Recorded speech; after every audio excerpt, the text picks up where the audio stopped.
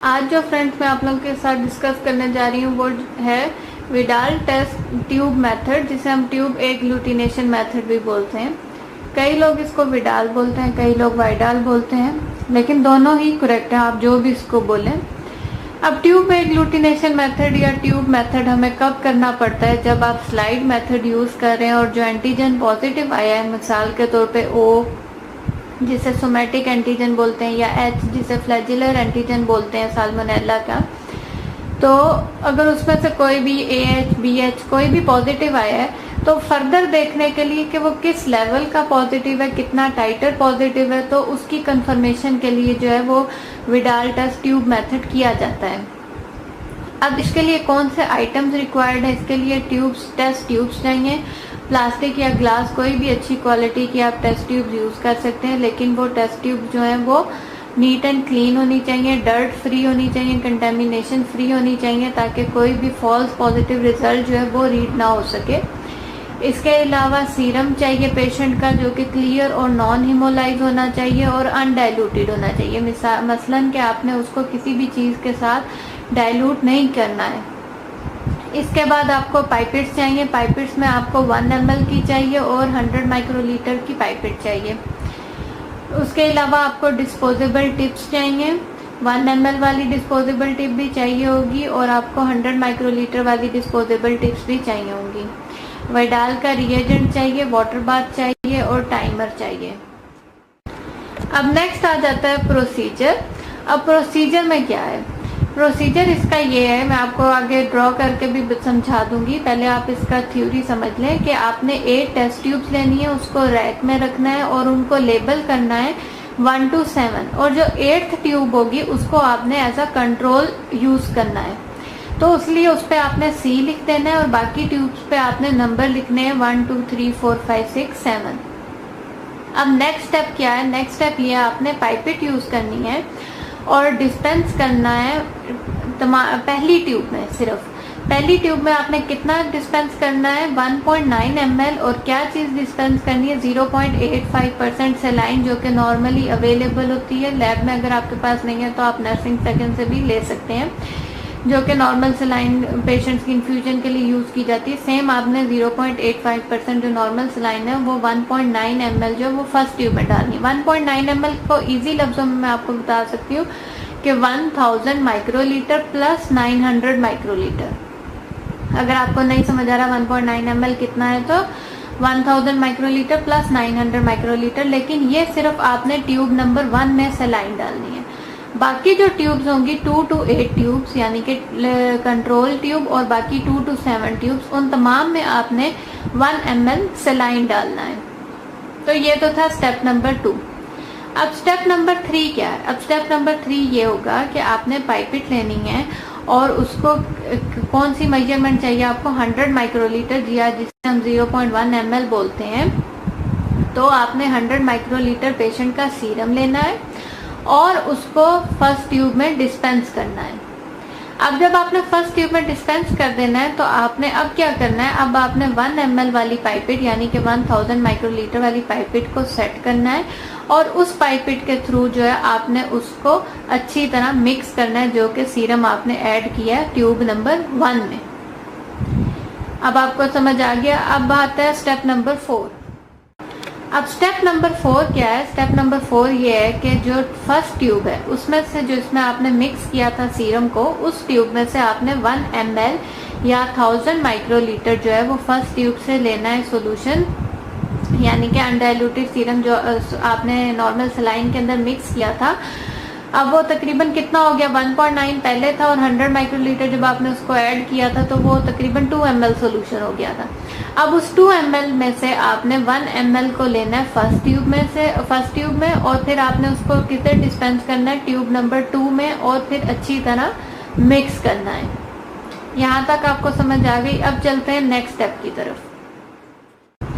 अब next step क्या है? नेक्स्ट स्टेप ये है, continuous this doubling dilution through the 7th tube, discard 1 ml from the 7th tube. इसका क्या मतलब है? इसका मतलब ये है कि जैसे आपने फर्स्ट ट्यूब से 1 ml लिया, उसको सेकंड ट्यूब में डाल के मिक्स किया, इसी तरह आप फिर सेकंड ट्यूब से 1 ml लेंगे और उसको थर्ड ट्यूब में डालेंगे।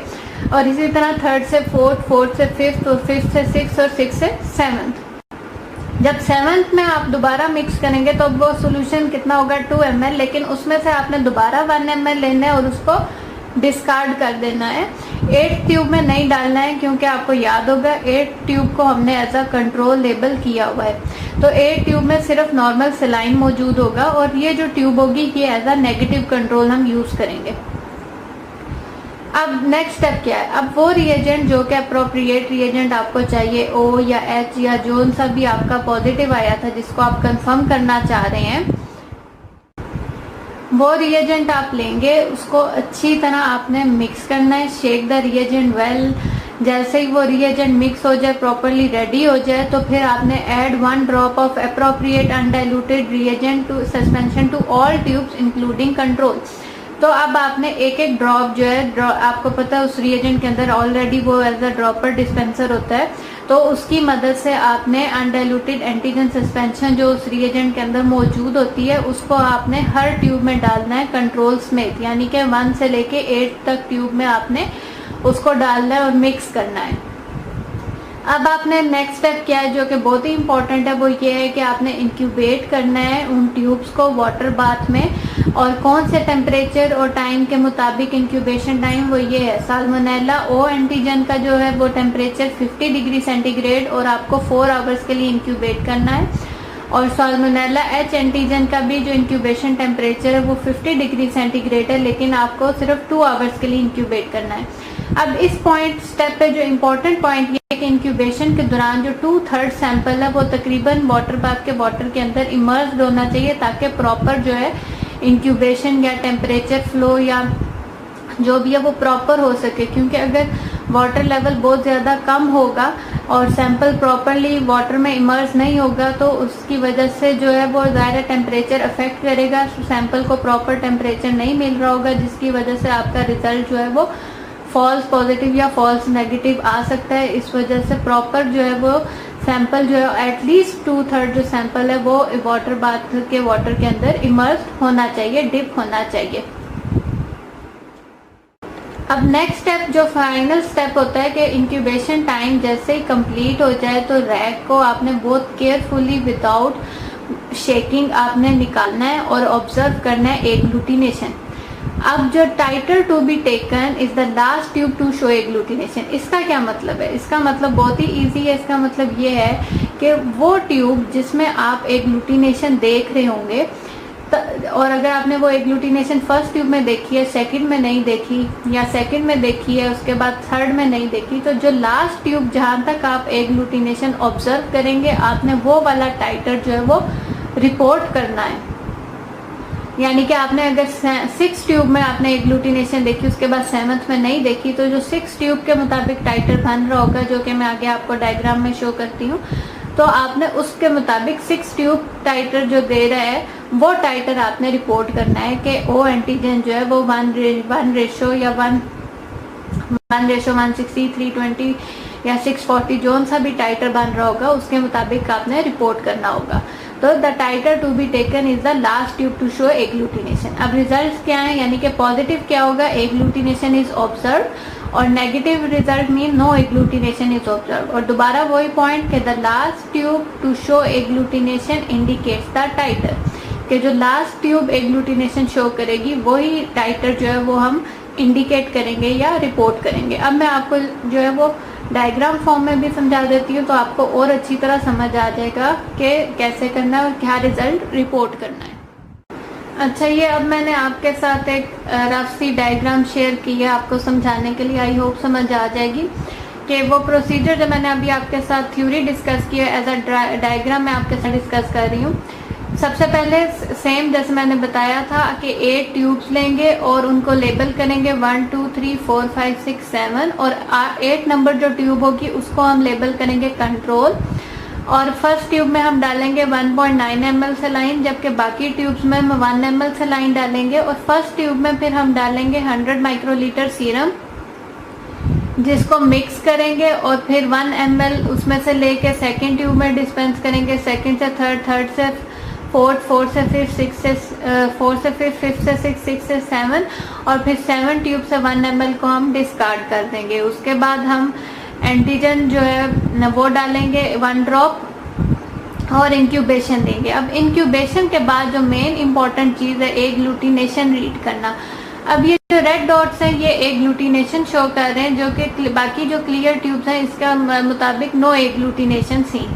अब कंट्रोल जैसे कि वो नेगेटिव था इसलिए उसके अंदर कोई भी एग्लूटिनेशन नहीं आनी चाहिए। अगर उसके अंदर एग्लूटिनेशन आ रही है तो इसका मतलब ये है कि या तो रिएजेंट में प्रॉब्लम थी या कोई कंटेमिनेशन हुई है या इंक्यूबेशन प्रॉपर नहीं है, कुछ ना कुछ ज़रूर इशू है जो कि आपको डिटेक्ट करना होगा। अगर आपका कंट्रोल नेगेटिव आया तो इसका मतलब ये आपका प्रोसीजर जो है वो बिल्कुल ठीक रहा है। अब एग्लूटिनेशन जैसे हमने बताया था कि जो लास्ट टाइटर होगा उसको रीड करना है। अगर आप इस डायग्राम को गौर से देख रहे हो और अगर रेड डॉट्स आपको मैंने जैसे बताया एग्लूटिनेशन शो कर रहे हैं, इस हिसाब से अगर आप देखें तो 5th ट्यूब तक जो है एग्लूटिनेशन नज़र आ रही है।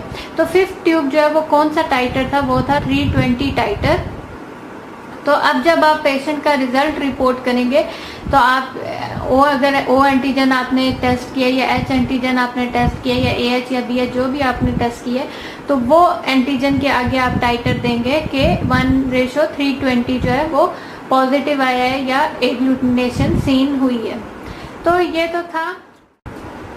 तो था आज का प्रोसीजर वाइडाल टेस्ट का। टेस्ट ट्यूब मेथड या ट्यूब एग्लूटिनेशन मेथड कैसे करते हैं, स्लाइड मेथड ऑलरेडी मैं आपके साथ डिस्कस कर चुकी हूँ। अगर आप लोगों ने वो मिस किया है तो इस वीडियो के लिंक कार्ड्स में उसका लिंक अवेलेबल होगा, उधर से आप लोग वो देख सकते हैं, वरना माइक्रोबायोलॉजी प्लेलिस्ट में या वीडियोस में जाके आप चैनल की वीडियोस में जाके तो वो लेक्चर भी आप देख सकते हैं कि स्लाइड टाइट्रेशन मेथड कैसे करते हैं। तो आई होप कि आपको अच्छी तरह समझ आ गया होगा कि ट्यूब मेथड को कैसे परफॉर्म करना है, क्या प्रोसीजर है और रिजल्ट कैसे रीड करना है।